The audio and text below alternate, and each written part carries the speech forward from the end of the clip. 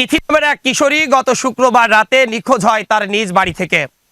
এরপর রহস্য ঘেরা প্রায় ৪৮ ঘন্টা কাটার পর তার বাড়ির ২০০ গজ পিছন থেকে একটি ঘাসের ক্ষেত থেকে অর্ধগলিত মৃতদেহ দেখতে পান স্থানীয় একটি শিশু। সেই শিশু তারপর তার পরিবারের লোকজনদেরকে খবর দিলে তারপর তাকে গিয়ে স্থানীয়রা শনাক্ত করে নিখোঁজ হওয়ায় এই সেই তিথি। ঠিক তিথি নিখোঁজ হওয়ার আগের দিন রাতে বা ওই দিনই যে বাড়িতে এসেছিল এটা হচ্ছে সেই বাড়ি, এটাই অভিযোগ করছে তিথির স্বজনরা। তিথি নিখোঁজের পর যত রহস্য এই বাড়িটি ঘিরেই কিন্তু ঘটেছে। মূলত এই বাড়ির যে মালিক কালা নামে পরিচিত এই এলাকায় তার স্ত্রী ডলি খাতুন, তারা দুজনই কিন্তু রবিবার সকাল 10টার পর যে কোনো সময় তাদের যে ছাগল বা গরুগুলো ছিল সেগুলো বিক্রি করে এই বাড়ি থেকে নিখোঁজ হয়ে যান। তখনই যেন রহস্যটি আরও ডানা বাঁধতে থাকে। তবে কি এই ঘটনার সাথে জড়িত এই পরিবারটি? তবে তদন্ত না করে হয়তো সে কথা বলা যাবে না। তবে তিথির সাথে যে ঘটনাটি ঘটেছে এই সমাজে যাতে আর কারোর সাথে না ঘটে সেজন্য কিন্তু এখন প্রয়োজন এই ঘটনার সঠিক অনুসন্ধান করে যারাই জড়িত তাদের দৃষ্টান্তমূলক শাস্তির ব্যবস্থা করা। আপনারা জানেন যে এই তিথির বাড়ি ঝিনাইদহের শৈলকুপা উপজেলার দুধছর ইউনিয়নের দুধছর গ্রামে। একেবারেই জিকে সেচ প্রকল্পের যে চ্যানেল আছে ঝিনাইদহ কুষ্টিয়া মহাসড়কে আসলেই কিন্তু এই তিথিদের বাড়ি। তিথি স্থানীয় একটি দাখিল মাদ্রাসায় পড়ালেখা করতেন। এবছর তিনি দাখিল পরীক্ষার্থীও ছিলেন। তবে কেন এই ঘটনাটি ঘটেছে, যদি এই যে কালা এবং তার স্ত্রীকে যদি আটক করা যায় তাহলে হয়তো কিছু না কিছু তথ্য খুঁজে পাওয়া যাবে। সেই তথ্য ধরেই আরও বিস্তারিত হয়তো পাওয়া যাবে যে তিথির সাথে সেদিন রাতে কি ঘটেছিল, তাকে কেন এভাবে নিষ্ঠুরভাবে প্রাণনাশ করা হলো।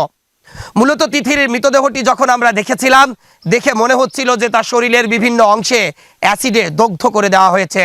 আসলে সেটা অ্যাসিড নাকি অন্য কোনো কিছু ছিল তাও কিন্তু তদন্ত না করে বলা বড় মুশকিল। এবং তিথির শরীর যেভাবে অর্ধগলিত অবস্থায় পাওয়া যাচ্ছিল তা দেখে মনে হচ্ছিল যে মৃত্যুটা ৪৮ ঘন্টা নয় তারও আরও আগে ঘটেছে।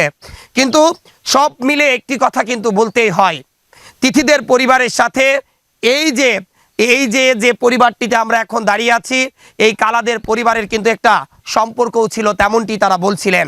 তবে সম্পর্কের বেড়াজালে নাকি অন্য কোনো কিছু, নাকি দুই পক্ষের মাঝে তৃতীয় কোনো পক্ষ ঢুকে এই ঘটনাটি ঘটিয়েছে সেটা কিন্তু তদন্ত না করে বলা যাবে না।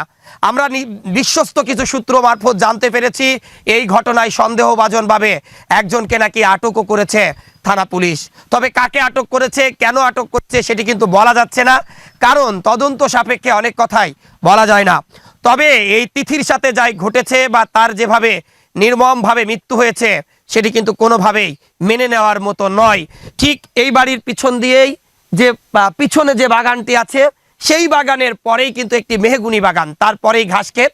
সেই ঘাস খেতে যেভাবে গলায় ওড়না পেঁচানো অবস্থায় তিনি পড়েছিলেন এবং আমরা দেখেছিলাম তার পেটের একটি পাশে কিন্তু ক্ষতরও ছিল এবং শরীরের বিভিন্ন স্থান আগুনে পুড়ে গেলে যেমন হয় ঠিক সেভাবে ঠোসা বা ফুসকা পড়েছিল, কিন্তু হাতের আরও কয়েকটি স্থানে কিন্তু পচন ধরেনি লাশের।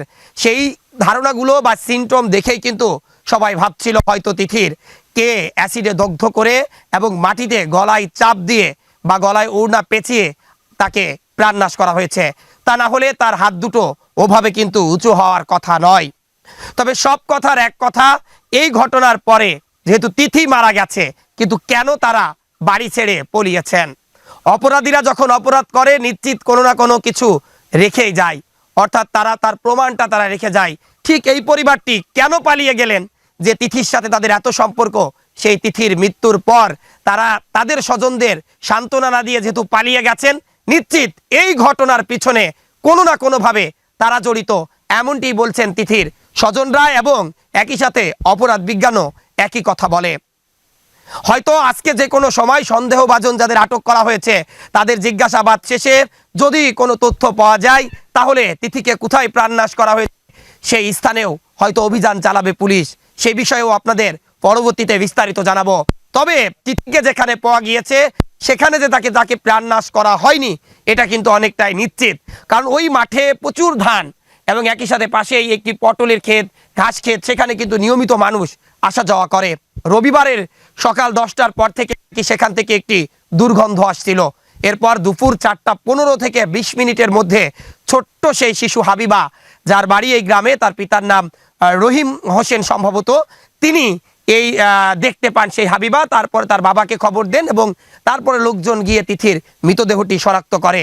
তবে এই ঘটনায় যারা আটক হয়েছে তাদের কাছ থেকে তথ্য পাওয়া গেলেই হয়তো বিস্তারিত জানা যাবে, তখন আরো বিস্তারিত জানানোর চেষ্টা করব।